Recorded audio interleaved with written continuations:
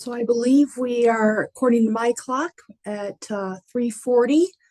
Maybe I might be off by 30 seconds. You are in the correct room if you are attending for session 2. I'm going to go ahead and stop sharing my screen and welcome everyone. Okay, so hello and welcome to session 2, Enhancing Layout Understanding via Human in the Loop, a user study on PDF to HTML conversion for long documents. And as a reminder, this session is being recorded. Sharing this information with you today is Chenyu Mao and Edward Fox of Virginia Tech. My name is Teri Green, and I'll be your moderator for the next 50 minutes.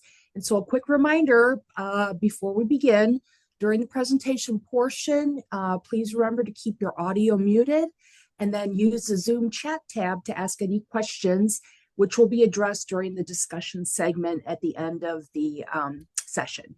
So thank you again for joining us, and I'll turn it over to Chenyu and Ed.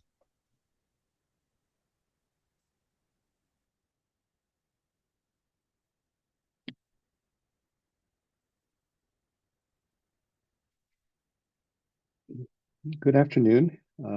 My name is Edward Fox. I'm the co-author of this presentation, and unfortunately, Chenyu couldn't join us. He's in China. It's in the middle of the night for him, so not a very convenient time. But this work is based on his master's thesis, which you can get to. It's one of those ETDs about ETDs. And these slides are available from my website that are listed here. Lots of different things to talk about in this presentation. These are the topics that we'll be covering. When you see a slide that has an asterisk next to the title, then you know that's another one of these sections. So we'll be shifting from one section to the next. So I'll begin with acknowledgements. Chenyu had a master's thesis committee. I chaired that, and two of my colleagues were members of the committee. The work that is reported here was in part funded by the Institute for Museum and Library Services, IMLS, which was a federal agency of the United States until it was shut down this spring. There were 2 grants that provided support from that. There's a prior related dissertation that is sort of the basis for what's going on here that was authored by another one of my advisees, Aman Ahuja. He finished and defended in 2023. The results of his work are available. There's an ETD about his work. He was also winner of the 2023 Innovative ETD Award, and there's a link to the information there. So you can see more detail, and there's actually a demonstration that you can go to as part of his ETD. This work is also related to several published works that are 2 listed here. The first one had to do with analyzing ETDs to help with accessibility. This is one of the themes of this work. The goal of all of this is to make ETDs accessible to those who don't have sight and are using screen readers and such things, but also to help with research where we take these ETDs and make them more accessible by cutting them into little pieces and allowing access to individual figures and tables and chapters and so forth. The second paper here had to do with helping create the data to be used by AI to analyze these works by having people annotate ETDs and provide data sets that can be used to train the AIs. You'll hear about both of these efforts in part because they build into the user study that's being reported here.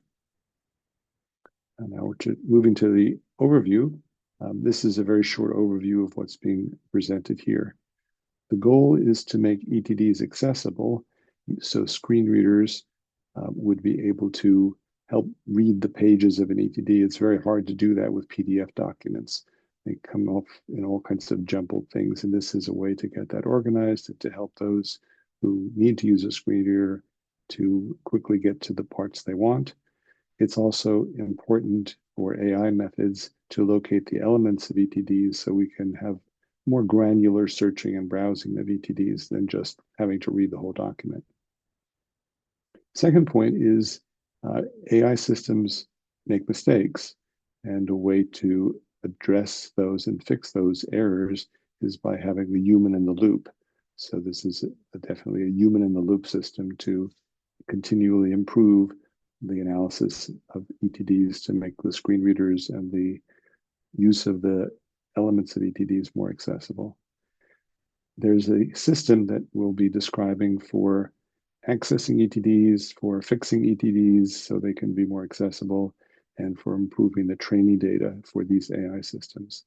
And then the heart of this work is a user study to show that this system that was built by Chenyu as part of his master's work, building on prior work, is usable, and to show the quality of it and show that how we could improve the quality even further. So this is where we're going. So what's the problem that's being addressed in this research, in this work? The need for a screen reader for ETDs that are in PDF.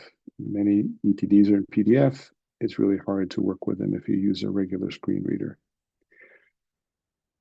So one way to do that is to have a browser for going through an ETD. Another way to deal with this is by identifying the parts of ETDs that someone with a screen reader or another system doing software analysis might want to get to. We heard a little bit about that in the last session that was describing the formatting and the different elements, tables and figures and other kinds of things. The problem with AI systems that do this is they're not perfect. There are lots of errors that they make. Two errors we'll talk about in particular are when they label a part of an ETD incorrectly, or the second one, a flawed element, is when they don't identify a particular element properly. They miss parts of it, or they include things they shouldn't have, for example.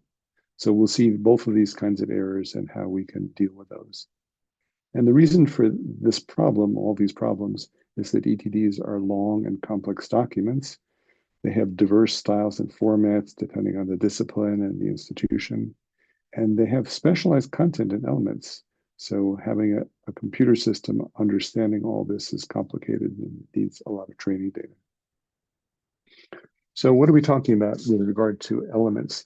If you look at the cover page of one of the dissertations that I supervised, you'll see in red boxes different crucial things that you would probably want to pull out from that cover page. You also can see in the right side of this a page from one of the chapters of an ETD that again shows the kind of elements that you might want to pick out. You want to see this is chapter 5, you want to see the title of the chapter, you'd like to see a paragraph that's identified there, you'd like to see that there's a table and then the contents of the table. And then at the bottom of the page, you'd like to see page numbers. So these are the kinds of things screen readers would call out if someone is looking at this page instead of just reading line by line and getting it all jumbled and confused and so forth. That's why we need to identify these different elements. And so to do this, we built a browser for ETDs. This is split into 3 parts. You can see on the right side, the typical view you would get by using Adobe Acrobat or some other way to read a PDF document, sort of page after page after page. On the left side, you see a kind of section or topical, essentially a browser that looks at the structure of the document and lets you sort of jump to places. So you can see you can jump to chapter 1 or 2, or to a section, one of those chapters, or a subchapter, and you can see this is kind of a structured organization which we represent in XML to characterize the document in its different parts. So that XML can then be used by converted to HTML, and the HTML can then feed into a screen reader that can let you see all these different kind of parts. The middle is kind of the browser that makes use of this structure on the left. So if you clicked on chapter 1 introduction, then you'd see this rendering of that part of the work, the chapter, into its sections and subsections. So you see it kind of matches what you see on the right side, but it's better organized and much easier to work with by a screen reader. Part of the reason for doing all of this is that ETDs have many kind of categories of elements. So you see in the table under category, the simple things that we get from the metadata, which Thomas Dowling talked about in one earlier presentation today, the title and the author and the date and the university. But then there's special things for ETDs like the committee and its members, or things like what degree was this for. Many ETDs have an abstract, but some actually have multiple abstracts. At Virginia Tech, we have an abstract for the general public, and we have abstract for someone in this specialty field. So you would have an abstract heading that identify those as well as the abstract text. Many ETDs have various kinds of content, table of contents, table of figures, table of tables, etc. So list of contents heading would tell you which of those it was, and then you'd get the actual body that goes with that. Then the works can get divided into many different parts. You have chapters, chapter titles, sections. And so you see all these are the most common elements that you find in an ETD. At Virginia Tech and ODU, in a research project funded through IMLS, we collected about 500,000 ETDs from the United States. And then we did an analysis using AI techniques to identify from a sample of those, a 200 work ETD sample, how many different of the things that you see here we found in that particular corpus. And so you see at the bottom, roughly 100,000 elements that we found from these 200 works, and roughly 2,500 page images that were used to do part of our analysis. I mentioned that the AI systems that are trying to find all those document elements make mistakes. So in order to do a study and to characterize this, we characterized that there were two kinds of errors, wrong labels, which you'll see as WL in the further work. And so if you look at the left side, you see that there's a figure, and then below the figure is a paragraph. The AI thought that that paragraph would be the figure caption, which actually it wasn't. The figure caption was included in the figure where you see it says figure 3. Another example of a wrong label is shown on the right-hand side. In this particular case, you see kind of in the middle, it says equation, because it thought that the thing that was below that, which turned out to be kind of a section or subsection heading, it thought that was an equation. So these are the kinds of wrong labels that we see sometimes the AI does, because it's not got enough training data to be able to do an accurate job. The other kind of flawed element type of error is shown here. And I think the easiest way to see this is on the right side, where you can look at a cover page of a thesis. And if you look, for example, it says towards the bottom, it says university and then date. Well, the date's okay, it's 2021, but it has for the University Raleigh, North Carolina, which is the city in which the university was, not the actual university name. And there are other kinds of examples of problems with regard to this. For example, if you look the box, it says degree, it has a bunch of stuff there. Actually, the degree is Master of Science. And there's other stuff there like North Carolina State University, which should have been down in the university space. So these are kind of flawed elements type of errors. Okay, so how do we deal with all of these interesting challenges? So what's the solution scenario? Well, we want to have an object detection system that will analyze, parse the ETDs in PDF and figure everything out correctly so we don't have any of those kinds of errors. So we're not there yet, but we have a system that does a pretty good job. So we take the best available one of those systems. The second thing is, well, we'd like to train it further by giving it more data and then be able to do a better job. When you build these object detection systems, generally they're pre-trained on kind of general documents, and then we kind of fine-tune them on the particular corpus of interest, in this case, ETDs. So we train, and it's a multi-step process. We can continue to retrain them and fine-tune them as we get more training data.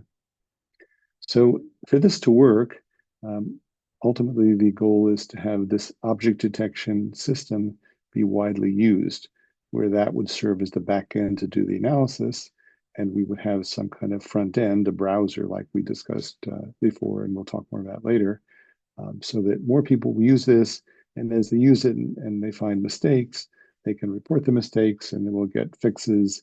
They'll have better version for their own purposes, for their own screen readers, and we'll also have more data to continue to improve the AI. So users can each fix a document that's of interest to them, and then the fixes from many such users would be collected and used to improve the object detection system further. So that's our sort of solution approach. So more about the approach, and I'll give a few slides here that get into more detail. First, the architecture of all this, and then the second, because we're doing a user study of the system, we want to have a data set to do the testing with. So this is the big picture of the whole way of doing this. We start off with PDFs. We cut them into pages. We have an image for each page. We take each of those pages and we run the object detection system to analyze the page and identify the different elements. Then we have someone look at the result for that page and see if it did the right thing. If it made mistakes, then they can make corrections. If they didn't make mistakes, then they just say it's okay and they go on to another page. So this is sort of human in the loop to kind of build more training data, but it's also human in the loop to make use of this work to drive a screen reader, for example. So the next box is processing these ETD elements so we can build a kind of structure representation in XML of all the elements. So that comes from looking at all these different pages separately and then kind of putting them back together to reassemble an XML description of the entire work. So you see in the bottom center, this is the XML version of the ETD, which points to the particular coordinates on the pages of the images, so we can get to all of that stuff. And then finally on the left side, we see the ETD XML is rendered into HTML that can be used by a screen reader. So this is sort of how the overall system works. So to see if the system that we built would be helpful and how well it would do in terms of improving on the errors that the early AI system had come up with, we came up with a collection of 16 sample documents, which we could use in a user study. So to be able to analyze things and make various tests and so forth, we had some STEM documents, science, technology, engineering, mathematics kind of documents, and then some non-STEM documents. So we could see if there was a difference between how the system would work with STEM documents versus non-STEM documents. You can see for each of the 16 documents selected how many pages they had and how many flawed element errors were associated with each of those documents and how many wrong labeled errors were associated with each of these documents. By having these statistics as sort of ground truth, we can see how well the system would do in terms of improving on the error results that had from the early system. So let's split this up into parts. The first part, the object detection, sometimes called text analysis, in this case, ETD analysis, sometimes called parsing, trying to take a PDF document and understand it. So in order to do that, we need some kind of AI model. And we built several different AI models to try out different technologies. Then once we have a model, we have to upload an ETD so the model can work on it. And then we can look at the results of the analysis, parsing, object detection, so forth of the ETD using an ETD browser. So let's look at the screens for that.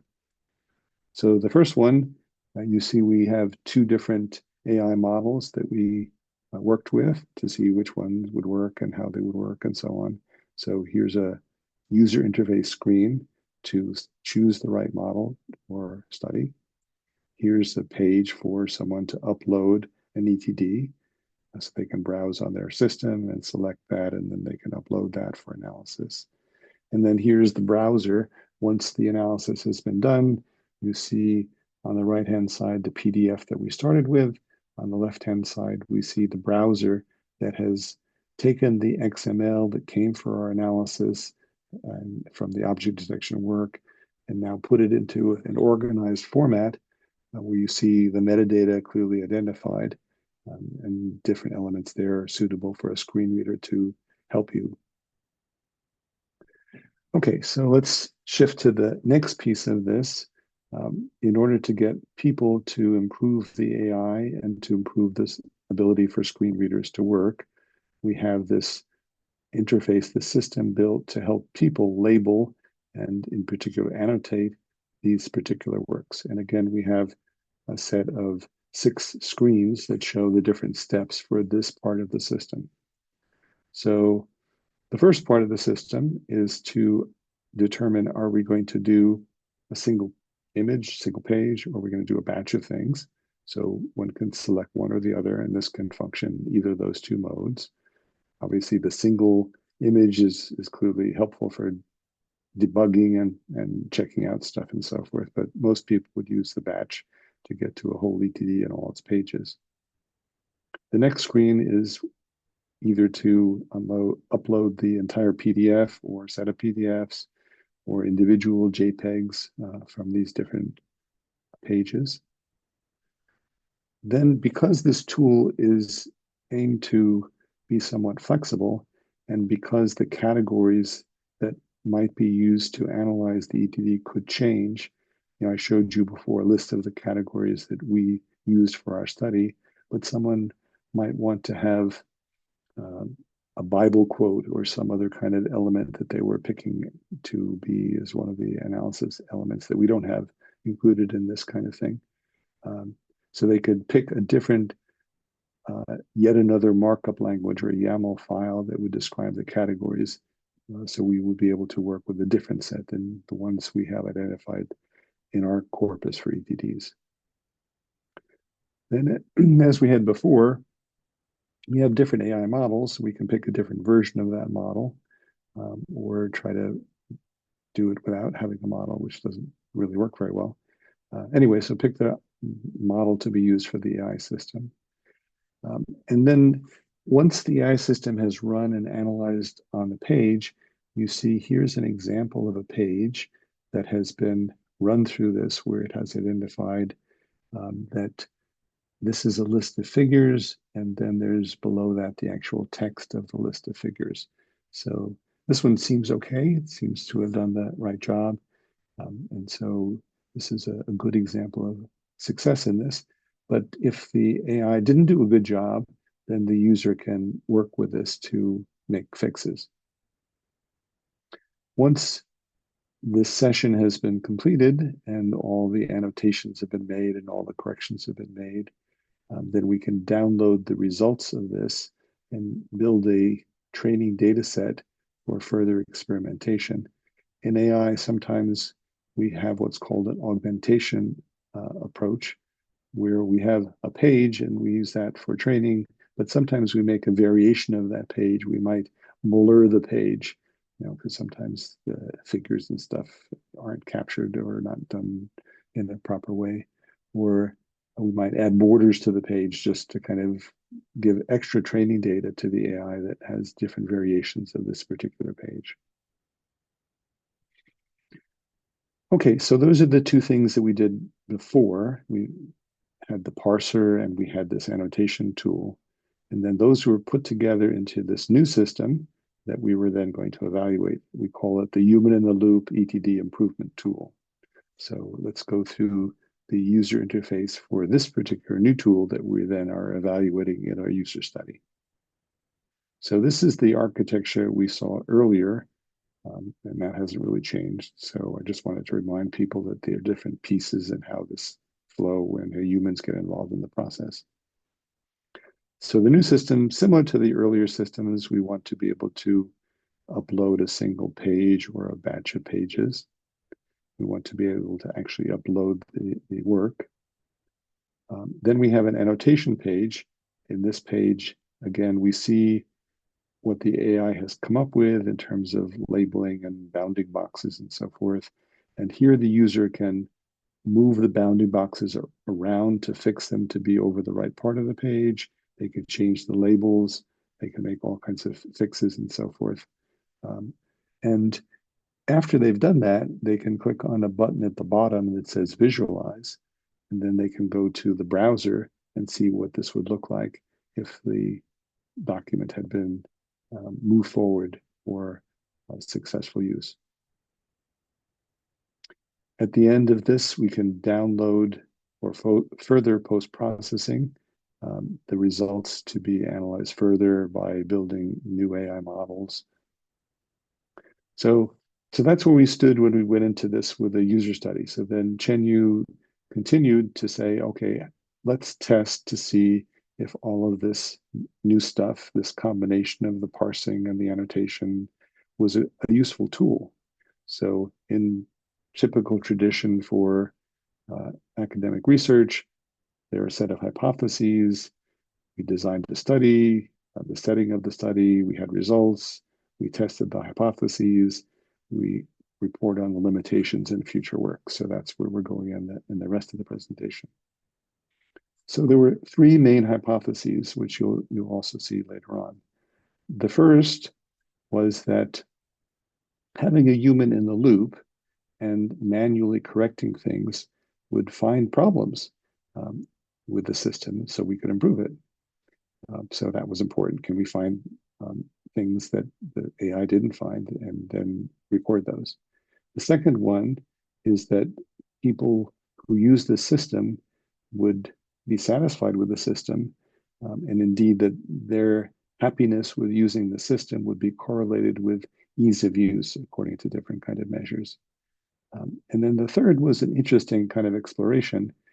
Who were the right people to help us improve this training set? Are the best people those with more academic experience? Are they those with more domain experience? Who would do better as someone to help us improve the training? So the study design, we considered the gender of the people who were part of the study.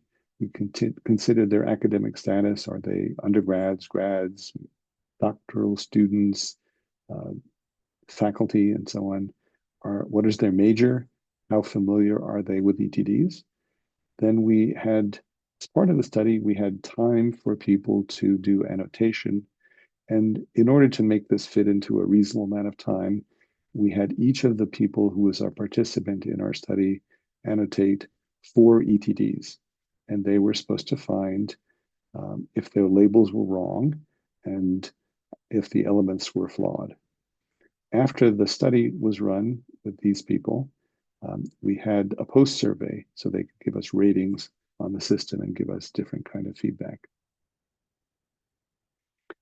So this was IRB approved, and the thesis I mentioned before includes the IRB approval letter and other kinds of details. Before running the main study, just to make sure everything was working, we ran a pilot study with 2 participants, and then the main study had 4 people. 4 from us had 8 people, 4 from the STEM community and 4 from non-STEM. All of these were from Virginia Tech. They came to my lab. They work with a computer system that was set up to work with this. And they worked with the corpus I mentioned before, the 16 ETDs, 8 of which were from STEM and 8 of which were non-STEM. And they were randomly selected from an ETD pool that covered the range from 2010 to 2021. So a broad range, and things change over time. So we thought it was good to look at older works as well as newer works. So since we had 8 people, we split them up into groups. We had 4 groups. Each group had one person from STEM and one person from non-STEM. And then each of the participants in each of the groups was given 4 ETDs. So this way we would have a group that was handling the same 4 ETDs, and we could see what was going on between the 2 persons, one STEM, one non-STEM. So here's sort of the big overall results. If you look on the left side, you see that there are 16 documents. And before correction occurred, you see the counts of flawed errors and the number of wrong labels. So each of the groups, as I said, had 2 participants, a first participant and a second participant. And if you look in the 4th column and 5th column, that's for the first participant. This shows how many flawed elements were left after they made the corrections. So you see we went from 523 to 3, and we went from 3 down to 1. So you see in towards the right side, this was a very high flawed element correction rate and a pretty good wrong label correction count. Then the second participant in the team also was measured to see how well they did. And so we've averaged the results between the first and the second participant to get the right 2 columns. So you see a lot of big numbers in terms of corrections. There's a NA in one of the entries because there weren't any flawed elements, so that wouldn't make any sense. Not everyone did as well as others. You can see from first to second participant, there were some variations. You also can see that some of the ETDs, like number 15, didn't do so well with flawed elements. And then some of the works, like number 4, did pretty bad with the wrong labeling. So it varied depending on the documents. Some documents are harder to get correct and to make the right kind of corrections. But this is sort of the big overall result. Let's now look at the hypotheses. The first hypothesis was that manual correction would find many problems. So you probably saw that already from the prior study, but here's another testing of this. Again, we have the 16 elements. We show whether they're STEM or non-STEM, the number of pages, and then we see the average flawed element correction percentage and the average wrong label correction percentage. It's interesting if you look at the bottom, if we look at the overall average, we did pretty well. 82% overall on flawed elements, 81.7% on the wrong label. So that's pretty good in terms of catching the errors. It's also interesting to look at the STEM versus non-STEM averages. It's quite interesting to me to see that in terms of flawed elements, the non-STEM participants in the study did a bit better. And in terms of wrong labels, the STEM people did a little bit better. So interesting, more detailed thing. But in general, our main hypothesis was validated that we would find a lot of the errors. The second hypothesis was that the system's assessment and the user satisfaction with this would be correlated with ease of use. Okay, so let's look at measures of these kinds of things in the next slide.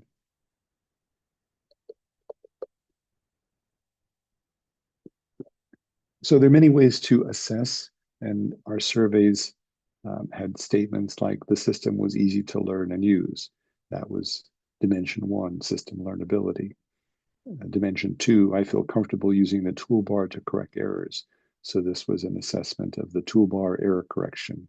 So you see there's 5 different dimensions that we used with regard to having people give on a Likert scale if they agreed with these particular statements.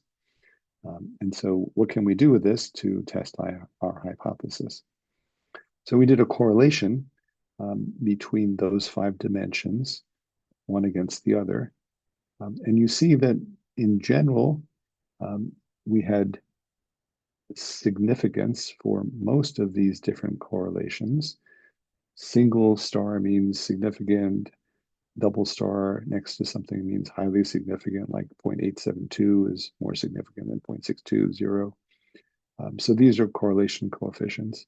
And you see a lot of these different measures were correlated. So in general, the system was somewhat consistent in terms of across each of these dimensions doing pretty well, and that those related to each other.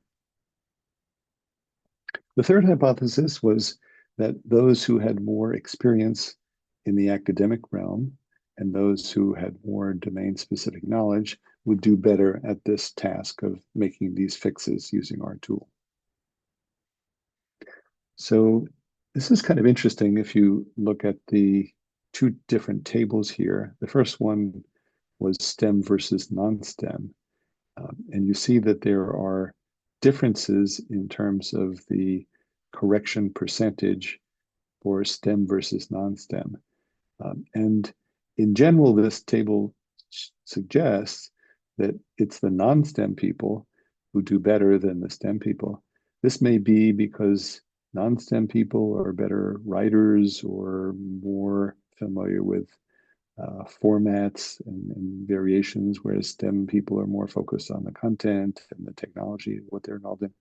Hard to interpret and be sure what the result is, but this is kind of a preliminary notion that I guess the non-STEM people seem to do better from our small sample of just 8 people. And then we asked people familiarity with ETDs, level 1, 2, 3, 4. We sort of cut it off at level 2 up through 4.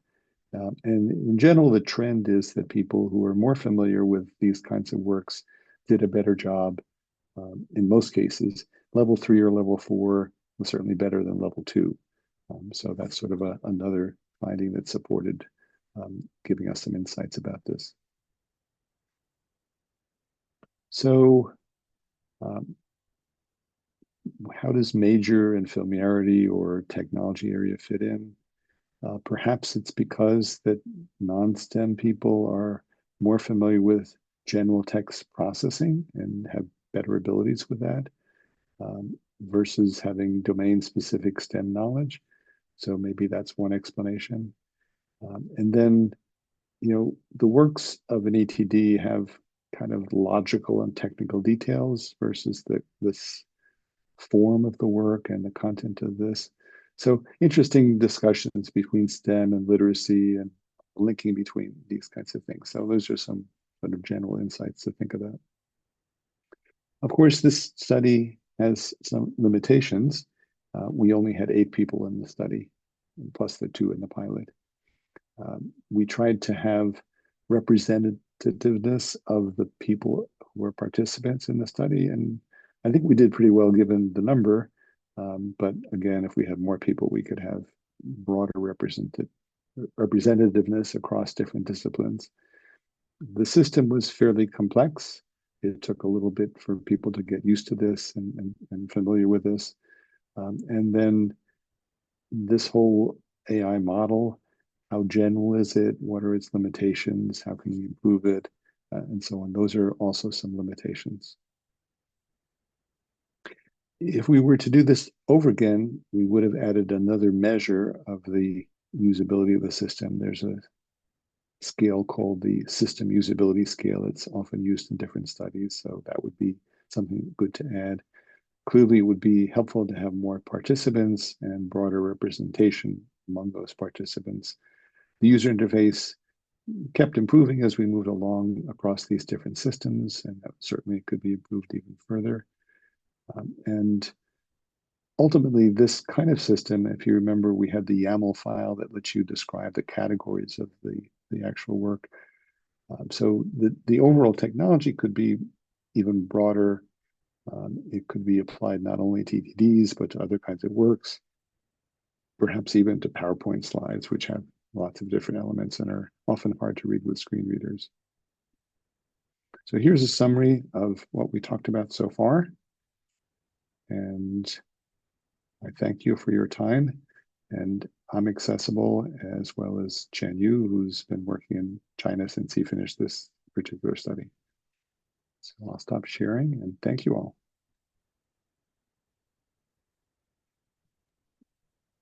Thank you so much, Ed. We do have some questions in the chat. The first one is, could you briefly describe deep learning techniques or strategies versus AI LLM applications in your research?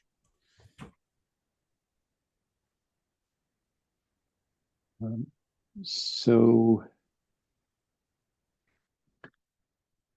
there'll be a talk later on by Pradyuma Dasu that talks about LLMs and some related work with some of the same content. So I think we'll defer LLM discussions to that. This particular technology wasn't really using LLMs. It was using vision and object detection techniques because we're looking at page images. So AI is a very broad field that covers many kinds of trying to build intelligent systems. The object detection system certainly made use of neural networks or deep learning kind of technologies as part of its analysis, but it was applied to images, not to text. There are some LLMs that are working with images, but they really didn't seem to apply to this. We have had other research at Virginia Tech to look at LLMs in connection with doing some of these kinds of tasks. But the technologies that we use seem to do better than other things that we tried. And often those are proprietary and hard to work with, though we do have some smaller models that we've used for doing such. But this is more computer vision kind of AI. Thank you. Next question. Do you have a sense of how long each page took to review on average? So we had 4 works, and we had the people go through this in an hour or two. And then I had the numbers of pages that we had in the different works. ETDs vary widely in terms of the number of pages. You know, the nice thing about using this approach is that if you have a page that's been analyzed by ETD, object detection system, and it pops up on the screen, often you can quickly see, hey, this is fine. I don't have to do anything, right? So you can kind of zip through the pages. And that's one of the reasons for having the human in the loop. You know, it's much easier than having them do every single page and do it from scratch and label everything and so on. Get the AI to do most of the work and only have the human make fixes. So it seemed to work out reasonably in terms of the time. We were very careful to not give them too much work because people who have a long user study get cranky and get bored by the end of the period. So I didn't do the page per minute kind of analysis, but we could go back and do that. That's an interesting thing to consider.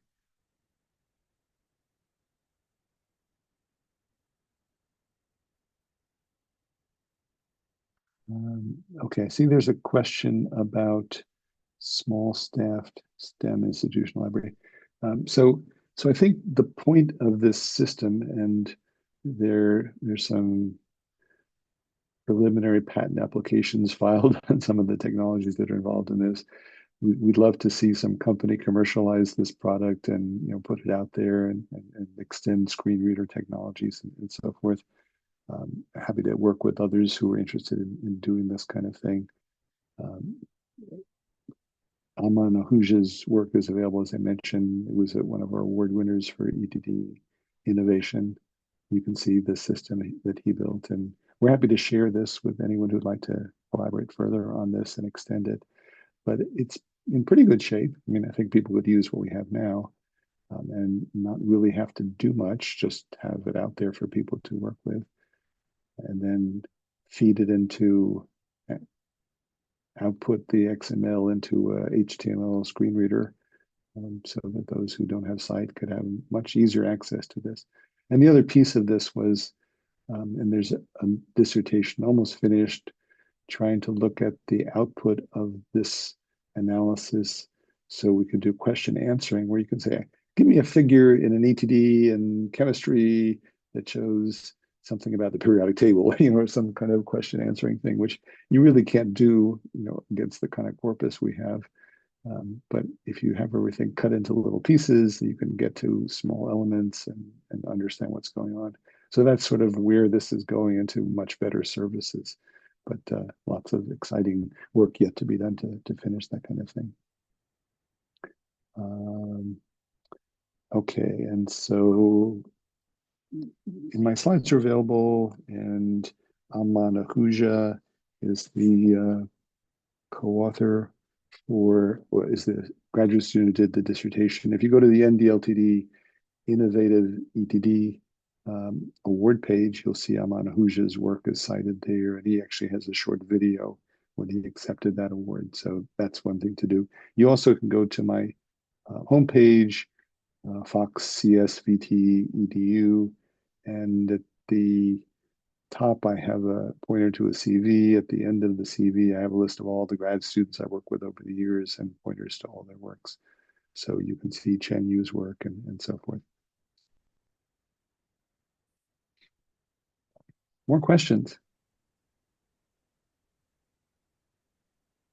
I definitely want to thank Chenyu for doing this for his master's thesis, in spite of all kinds of issues and visas and other kinds of things. But he's back in China and working in the computing field. And I think it's exciting to have ETDs about ETDs.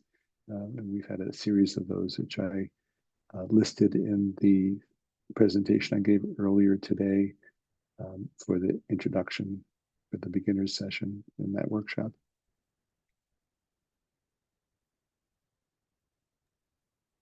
Do we have any other questions? Are you open to having someone unmute themselves and just ask their question? Of course. Of course. Okay.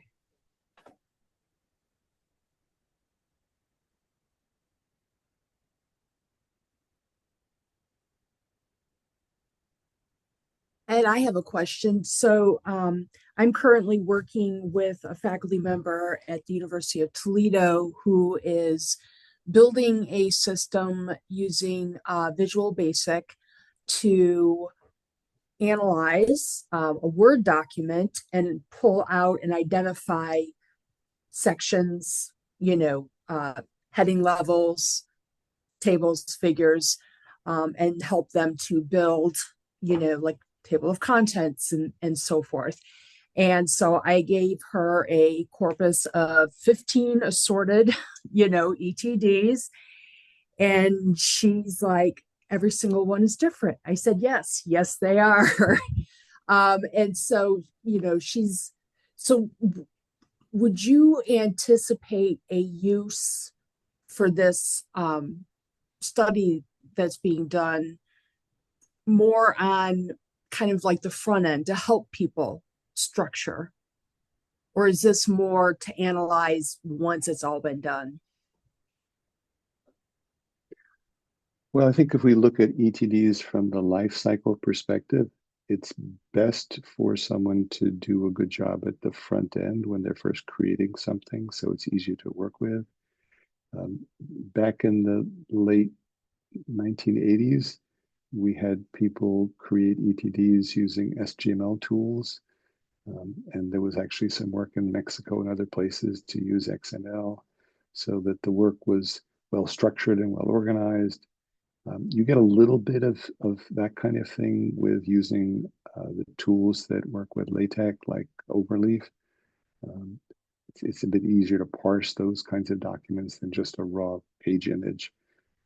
It took a lot of training data, which was assembled by many students in different classes and so forth, to be able to build the system at the quality level that we have for ETDs, because there's so much variation in terms of styles and older works and all kinds of variations. But as you know, we have self-driving cars and they're pretty sophisticated. So the technology keeps moving forward. And some of the same kind of models that were used in those kinds of settings are the kinds of things that we're used to build this. The nice thing about having the ability to select a model is that we can take the training data we've assembled from all different studies and run it with a new model. And hopefully the new model will improve it as well as the training data. Okay, well, we are almost at 4:30. John, did you have something to add, or should I go ahead and? Just a quick observation, and then we can wrap up this session. So I noticed recently, working on the Microsoft 365 platform, there was an application that I added in that actually uses AI to interpret graphics that you bring in and add alt text tagging as well as it possibly can. Of course, it offers you, the author, an option to tweak that. But I thought it was a fascinating development, and I think as this becomes more ubiquitous, people will not have to really think about it, but it will almost be reminded or prompted to tend to those matters of providing accessibility for images. So that was all. Thanks, Ed. That was wonderful. Thanks. Yes, very interesting. So I want to thank everyone for attending this session, and especially you, Ed. I learned a lot, and I think this was really good. So the conference is going to take a short 10-minute break from 4:30. Starting at 4:30, and we will resume at 4:40 p.m. with concurrent session 3 with John Foudreau in the main room, and then session 4 with Elizabeth McDonald in the breakout room, which is the room that you're currently in. And so we will see everybody back in 10 minutes. Thank you so much.